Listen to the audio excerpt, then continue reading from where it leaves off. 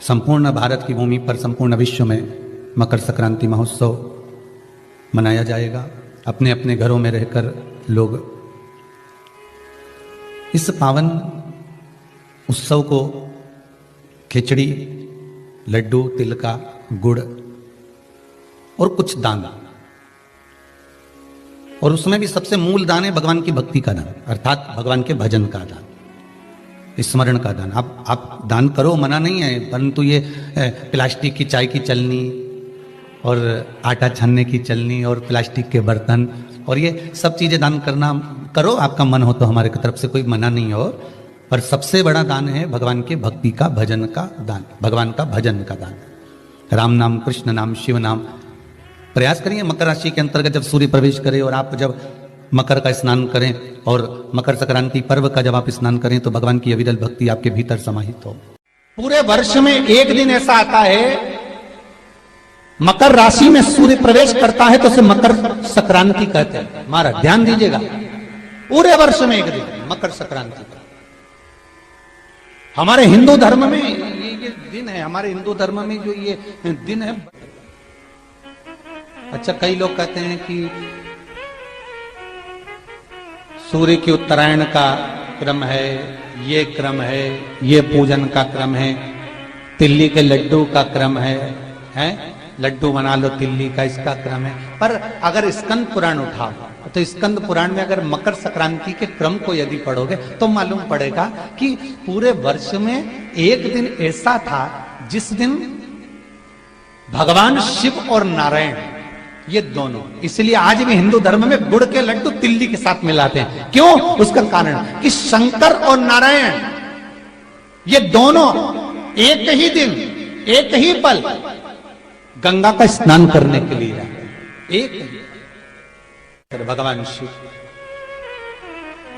देखिए कितना कितना हमारे हिंदू धर्म में एक एक तिथि का, एक एक बार का एक एक महत्व है, उसको समझिए।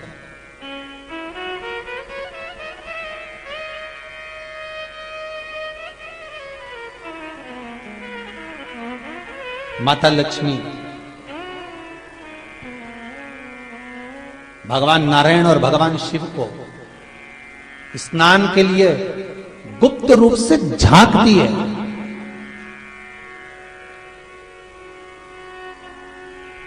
तो भगवान विष्णु ने तिरछी दृष्टि में माता लक्ष्मी को देखा, तिरछी दृष्टि। तो माता लक्ष्मी को देखकर भगवान विष्णु शिव जी को देखे तो शंकर भगवान ने कहा, नारायण हमने देख लिया, महारानी लक्ष्मी झांक रही है, हमने वर दे दिया है कि लक्ष्मी का एक नाम गुप्त लक्ष्मी रहेगा, ये छुपी रहेगी। और आज मकर संक्रांति के दिन नारायण और शिव का दर्शन इस लक्ष्मी ने करा है। पर जो गुप्त लक्ष्मी का दान दे देगा उसके घर में कभी कोई बड़ी बीमारी प्रवेश नहीं करेगी।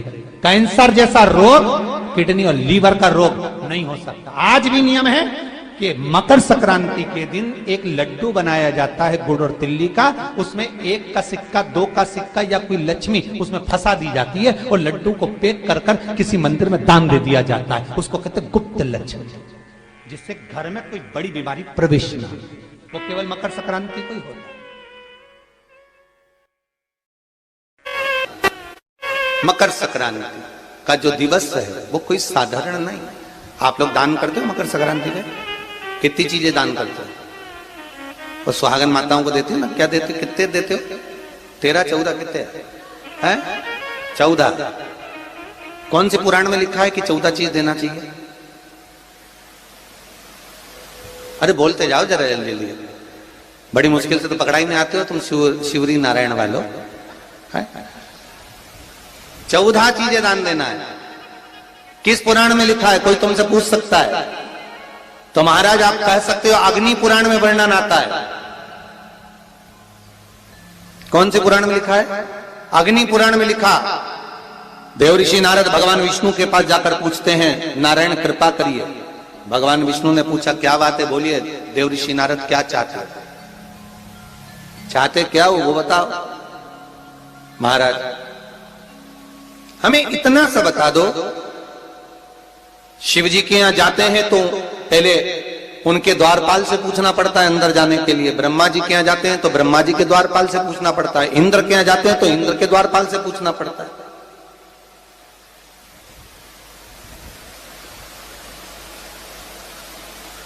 हम जितनी भी जगह जाते हैं तो कोई ना कोई द्वारपाल से हमें पूछना पड़ता है अंदर जाने के। भगवान देवऋषि नारद कह रहे हैं, नारायण से कुछ ऐसी कृपा कर दो कि हमें किसी से आज्ञा लेना ही नहीं पड़े। भगवान विष्णु तो उनकी बात को बस थोड़ा सा सुने और अंदर चले गए। नारद जी को लगा हमारा तो कोई जवाब ही नहीं दिया। नारद जी वहीं पर टिक गए, खड़े रहे, नाम जाप करते रहे। विष्णु वापिस आए और देवऋषि नारद से कहा एक काम करो, जब सूर्य मकर में प्रवेश करते हुए उत्तरायण की ओर जावे, उस घड़ी उस पल में देवऋषि नारद तुम 14 बार भगवान के नाम का, शिव नाम का दान दे दीजिए। भगवान नारायण के नाम का, राम नाम का, कृष्ण नाम का दान दे दीजिए। अब देखो यहां पर यह नहीं लिखा कि प्लास्टिक का डब्बा दो, समझ लेना जी हो अच्छे से, कि लोगों ने दान को कितना भ्रष्ट कर दिया वो बताया जा रहा है। अग्नि पुराण में यह नहीं लिखा कि तुम प्लास्टिक की चाय की चन्नी दो 14, बाल्टी दो 14, या प्लास्टिक का डब्बा दो 14 है। यहां पर यह नहीं लिखा है कुछ भी हो। यहां क्या लिखा अग्नि पुराण में कि मकर संक्रांति के दिन जब सूर्य उत्तरायण भाव में प्रवेश करे, मकर में जावे, उस समय पर देवऋषि नारद तुम्हारे मुख से अगर 14 बार भगवान के नाम का दान 14 जीवों को दे आओगे तो किसी भी देवता के पास जाओगे, तुम्हें परमिशन की जरूरत नहीं पड़ेगी, तुम डायरेक्ट प्रवेश कर जाओगे, डायरेक्ट। अब तुमको अगर वैकुंठ में डायरेक्ट प्रवेश करना हो तो बिना पूछे, तो उसके लिए कहा ही मकर संक्रांति पे दान दो। तो किस चीज का दान देना है महाराज? प्लास्टिक का डब्बा नहीं, बाल्टी नहीं, चन्नी नहीं, फिर किस चीज का दान? तो कहा अगर देवर्षि नारद आप दान दे रहे हो तो 14 नाम का दान दीजिए, 14 जीवों को नाम का दान दे दो, भगवान के नाम का भजन करो। और अगर संसार के लोग दान दे तो किस चीज का? तो के अन्न से बड़ा कोई दान। अगर ऐसा महसूस होता है कि किसी ने आपकी दुकान पर बंधन कर दिया, आपका व्यापार बांध दिया, 4 दिन दुकान अच्छी चल रही है और 4 दिन बंद हो रही है, तो महाराज सूर्य का उत्तरायण जो प्रवेश है मकर के अंतर्गत, वो दोपहर में लगभग 2:30 बजे के करीब में आए, 2:30 से 3 के करीब में आया। तो निवेदन करूंगा मैं आपको ऐसा लगता है कि आपका व्यापार 4 दिन अच्छा चल रहा है, फिर गिर रहा है, फिर चल रहा है, फिर नीचे आ रहा है, तो जब मकर राशि के भीतर सूर्य प्रवेश करेगा 2:30 के लगभग में आएगा, शायद दोपहर में 2:30-3 बजे के करीब में प्रवेश करेगा, तो आपको ऐसा लगे या किसी की तबियत थोड़े दिन अच्छी हो रही है, फिर गिर रहा है, फिर अच्छी हो रही है, फिर बेकार हो रही है, फिर अच्छी हो रही है, फिर बेकार हो रही, दवाई खा रहे हो नहीं लग रही, तो आप जब मकर राशि में सूर्य प्रवेश करे, कल मकर संक्रांति के दिन उत्तरायण जब सूर्य के भाव प्रवेश करे महाराज, दोपहर में 2:30-3 बजे के करीब में प्रवेश कर जाएगा, इतनी बजे, तो प्रयास करना थोड़ी सी काली तिल्ली लेना महाराज जी, उसमें एक बमूल का कांटा लेना, काली तिल, बमूल का कांटा और किसी भी वृक्ष की 5 पत्तियां लेना महाराज, उसको लेकर अपने दुकान में, व्यापार में, या जिसको औषधि ना लग रही हो, जिसका स्वास्थ्य गड़बड़ हो रहा महाराज, उसका स्पर्श कराकर या 21 बार उस पर से उतार कर, और उतारना क्या नाम लेकर है? अवधूतेश्वर महादेव। कौन सा महादेव है? चम के बोलो जरा। अवधूतेश्वर महादेव शिव जी का एक अवतार हुआ था, अवधूत रूप शंकर का। शंकर भगवान के उस क्रोध को, भगवान शिव के उस क्रोध को ब्रह्मा जी ने घोड़े का रूप दे दिया था और घोड़े को समुद्र में डाल दिया था। उस घोड़े से जलंधर हुआ था, फिर जलंधर का विवाह वृंदा से हुआ था, अर्थात शास्त्र कहता है कि अवधूतेश्वर महादेव का जो रूप है वो रोग का निवारण करने के लिए, व्यापार की वृद्धि को आगे बढ़ाने के लिए। आप लोगों ने कहीं कहीं देखा होगा, किसी किसी के ऑफिस में देखा होगा कि वास्तुशास्त्री कहते हैं कि दौड़ते हुए घोड़े का फोटो लगाओ। सुना है कि नहीं सुना? अरे बोलो तो सुना है कि नहीं सुना?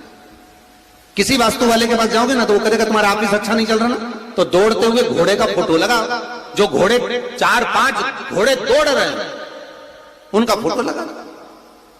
क्यों कहते हैं वो? उसका कारण क्या है? वास्तुशास्त्री ऐसा क्यों बताते हैं कि दौड़ते हुए घोड़े का फोटो? उसका शास्त्र प्रमाण शिव महापुराण करती है महाराज कि शिव का एक रूप अवधूतेश्वर है, जिसको ब्रह्मा जी ने घोड़े का रूप दे दिया और घोड़े का रूप देकर उसको समुद्र में डाल दिया, जिससे जलंधर की उत्पत्ति हुई।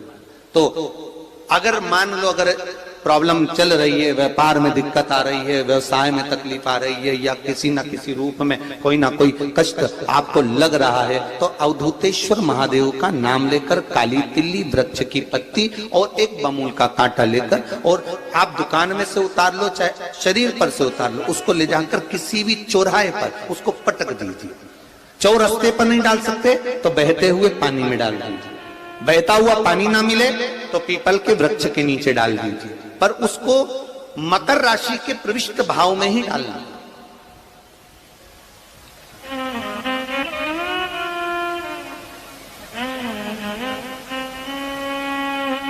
प्रविष्ट भाव।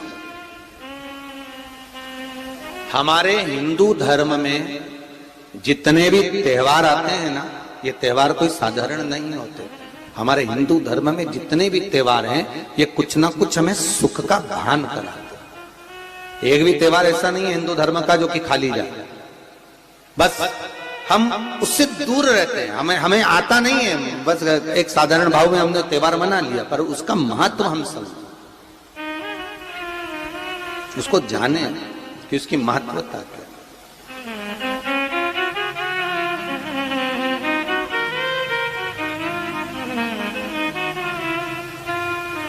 बस हृदय चित्त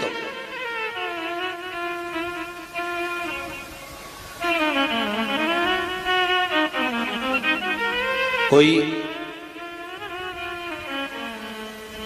किसी व्यक्ति ने मालूम पड़े कोई भूमि पर कब्जा कर लिया और नहीं छोड़ रहे, तो उसके लिए भी कल का दिन बड़ा महत्वपूर्ण है महाराज।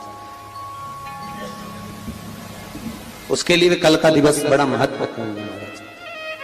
मान लो अगर कोई कब्जा कर लिया हो और वो प्लाट या कोई दुकान, कोई व्यापार की स्थान नहीं छोड़ रहा, तो उसके लिए भी कल का दिन शास्त्र कहता है महाराज जी, शमी पत्र की 5 पत्तियां। कितनी पत्तियां लेना है? 5। शमी पत्र की 5 पत्ती, बेल पत्र की 11 पत्ती। मकर राशि में प्रवेश करते समय सूर्य का स्मरण करते हुए सूर्य पे से 7 बार घुमाकर भगवान शिव का नाम मंत्र लेते हुए, जो शिव महापुराण का मूल मंत्र है, श्री बोलिए जम के, श्री शिवाय नमस्तुभ्यम। शिव महापुराण के मूल मंत्र का स्मरण कर कर सूर्य पर से घुमाकर शंकर भगवान के शिवलिंग पर जो समर्पित कर देता है और चढ़ी हुई एक बेलपत्र शमी पत्र उस स्थान पर डाल देता है जो कब्जा नहीं छोड़ रहा, महाराज 6 महीने के अंदर वो कब्जा छोड़कर भागता नजर आता। कर्जा अगर थोड़ा भी है और थोड़ी भी मात्रा का अगर कर्जा है तो उस कर्जे को चुकाने का प्रयास करें, और अगर नहीं चूक रहा तो कल सूर्य जब मकर में उत्तरायण भाव में प्रवेश कर रहा है तो 1 लोटा पानी कलश महाराज उसमें जल भर लीजिए और जल भरकर उसमें 7 दाने चने की दाल के डाल लीजिए। 7 दाने चने की दाल के डालकर उसमें थोड़ा सा कुंकू रौली थोड़ी सी इसमें डाल लीजिए।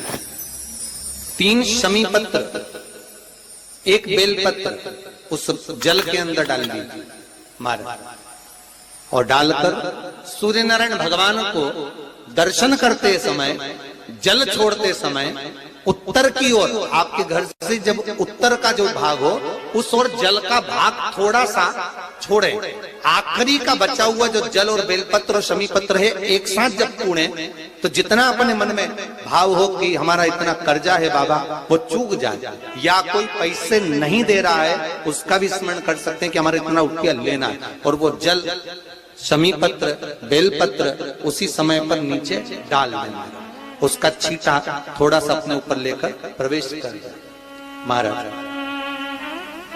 ज्यादा से ज्यादा 5 महीने 6 महीने कहीं ना कहीं बाबा ऐसी कृपा कर देता है, कोई सहयोग, कोई धन, कोई संपदा, कोई व्यापार ऐसा बना देता है कि पैसा हाथ में आता है और कर्जा चूक जाता है। ये बाबा ही। और एक बात का याद रखना, हमें किसी से लेकर नहीं देना कर्जा, भगवान से ये निवेदन करना है हमको कि बाबा हमको ऐसा व्यापार दे, ऐसा धन हमारा खुद का दे जिससे हम अपने पैसे से कर्जा चुका। मालूम पड़े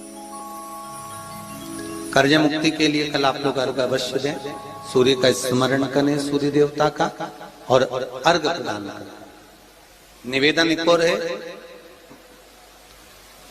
जिनके शरीर धूजता अर्थात हाथ पैर में कंपन उत्पन्न होता हो, या हाथ पैर में कहीं कंपन का भाव लगता हो, ऐसा महसूस होता हो कि हाथ पैर धूजते हो, तो कल सूर्य को जब अर्घ दें तो उसमें काली मिर्ची पीस कर डालकर फिर सूर्य को अर्घ मारें।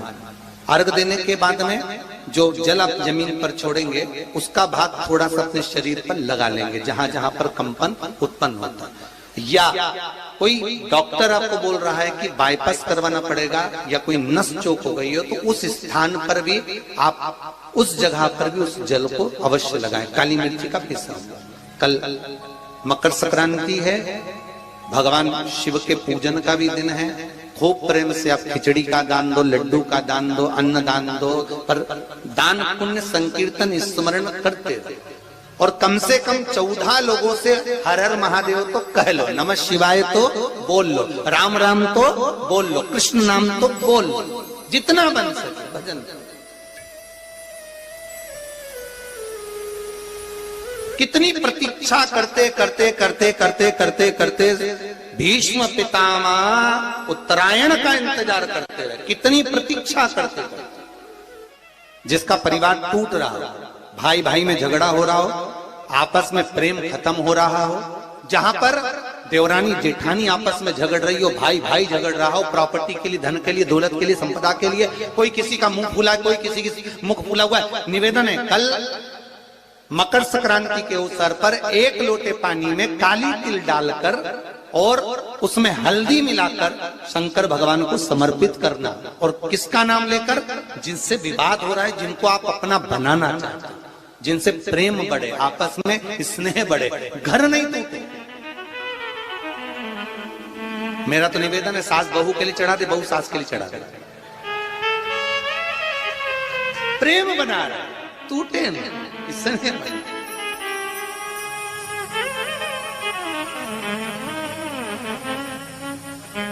ये आपस का जो प्रेम है ये टूटना नहीं चाहिए। कल मकर संक्रांति के अवसर पर ये करिए। कहते हैं मकर संक्रांति है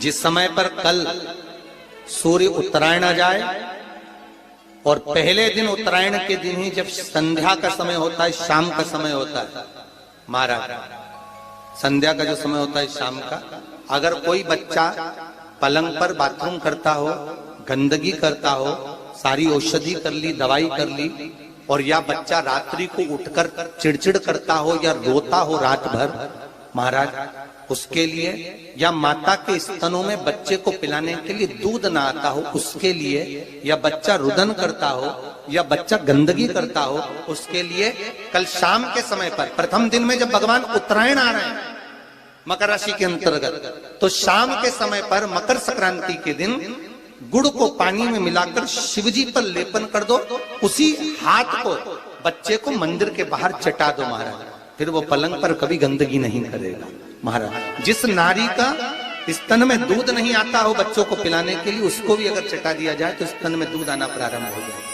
महाराज। जो बच्चा रात्रि को रोता हो, जाग जाता हो, उसको भी अगर वो हाथ चटा दिया जाए तो वो काम करता है महाराज। ये कल के दिन करके देखना, बाद में बताना जरूर हो।